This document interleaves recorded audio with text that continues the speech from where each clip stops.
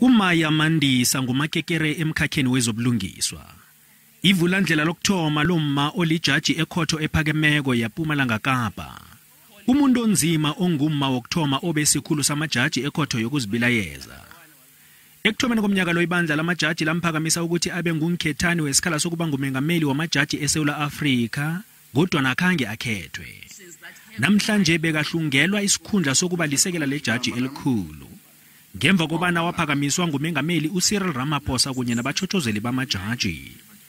uMaya uphakamise ukuthi amajuguluko okubekelwa phambili aboma kilomkhakha angagcini ngaye.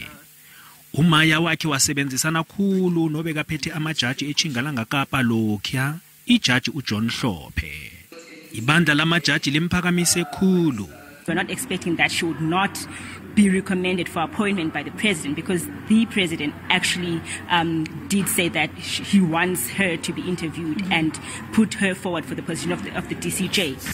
Okwanje sekusele ngakumengameli ukuthi uyamnikela lesi sikhundla namkhanjani na.